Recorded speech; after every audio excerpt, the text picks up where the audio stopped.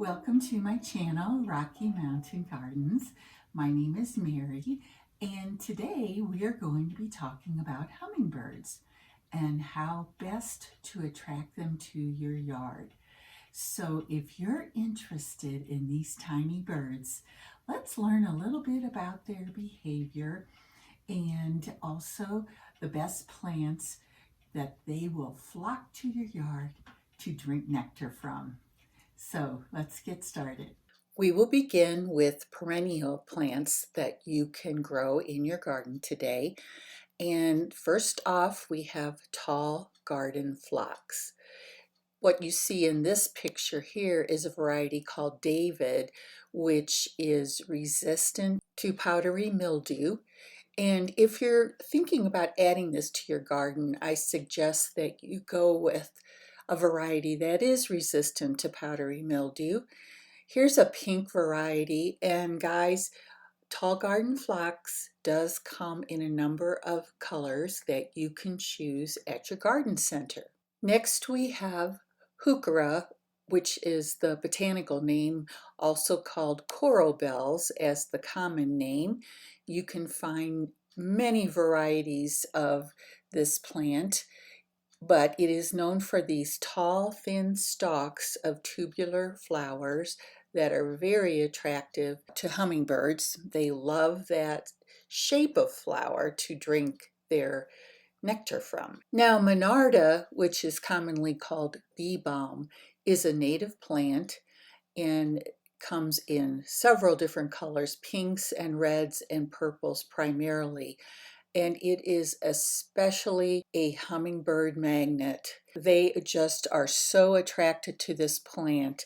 If you're planting a hummingbird garden, you definitely need to include this flower in your plans. Aquilegia, or also known as columbine commonly, is a very attractive plant for our hummingbirds as well.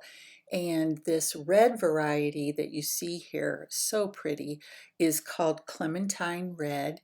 And you may have heard that hummingbirds are particularly attracted by the color red, which is why many of the hummingbird feeders are colored red. Stay tuned till the end of the video where I will show you my favorite hummingbird feeder. You also should know that hummingbirds love other colors like purples and pinks. And here is a close-up of the Colorado State flower, the blue columbine. Isn't it simply gorgeous? This close-up of a blue penstemon really illustrates the tubular shape that hummingbirds seek out. And the next photo shows penstemon red rocks, which is a very wonderful plant, and I've had a lot of success with it in my garden. You might be surprised to learn that hostas, which are known as shade-loving plants, also produce tubular flowers that attract hummingbirds. Here's a close-up of the flowers themselves. Many people cut the flower stalks off because they don't care for that look. They want to highlight the beauty of the hosta leaves.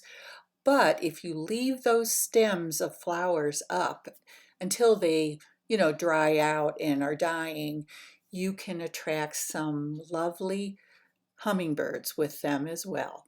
This plant, Veronica, is a wonderful attractor for our hummingbirds, but it also introduces a spiky shape of the flower to your garden to give some interest and variety in your flowers. This beautiful plant, hummingbird mint or agastache, it even is sometimes called giant hyssop, actually is a long blooming plant. Be careful about the zone number, because if you live in a colder climate like me and need a zone 4 plant, most agastaches are zone 5.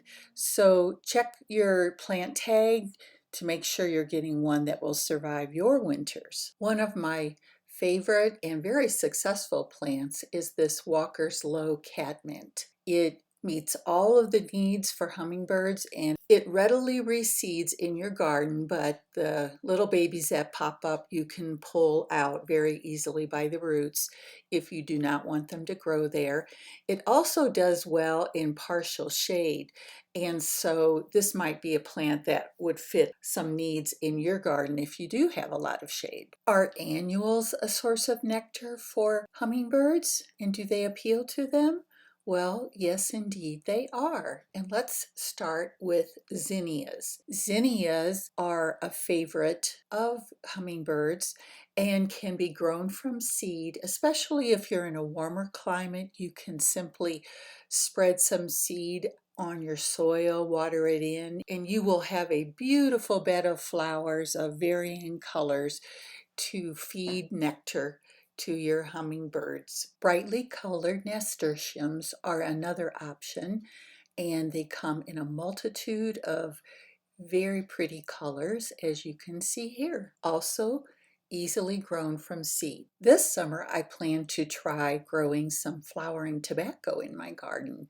And this plant is actually known for adding a lovely evening fragrance to your garden. So you might want to give it a try.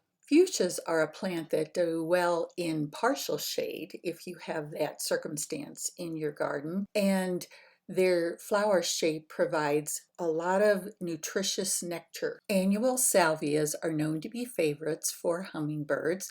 This blue salvia is one of my all-time favorites, but the red variety, of course, has that special color that hummingbirds really love. Lastly, we have the ubiquitous petunia. And it is actually one of my favorites because it is such a reliable bloomer to give you color the entire summer. And guys, if you would like to learn more about growing petunias and the best varieties to look for, I will put a card up in the upper right hand corner of my video, and you can click on that if you'd like to learn more about them. Of course, they are that trumpet shape that is perfect for attracting hummingbirds. As promised, I wanted to share with you my very favorite hummingbird feeder. I learned about this from Birds and Blooms magazine. And guys, they do sell this on Amazon. It's not super expensive. So I will put a link down below my video in the description box. I don't have any connection with this in any way. I don't get any, kickbacks or anything. It's just I like to share with you what I learn. And so what I love about this feeder, it has 1, 2, 3, 4 spaces for 4 hummingbirds to feed simultaneously, and it has this little rim here for them to sit on if they would like to take a rest. But you literally just lift off this whole top and you have this dish in which you can pour your nectar. Now, what I love about it, like I said, is it is so easy to clean and to take apart.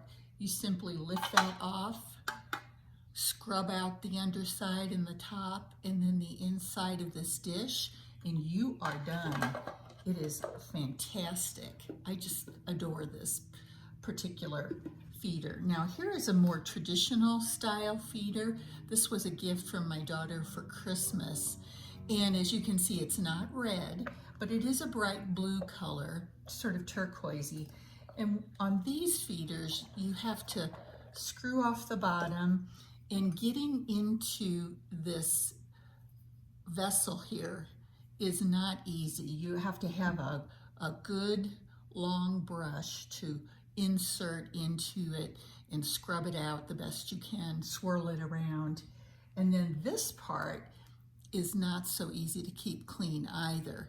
So I am, of course, going to use it because my daughter gave it to me. But you may want to consider, if you have this style, you might want to try one of these. So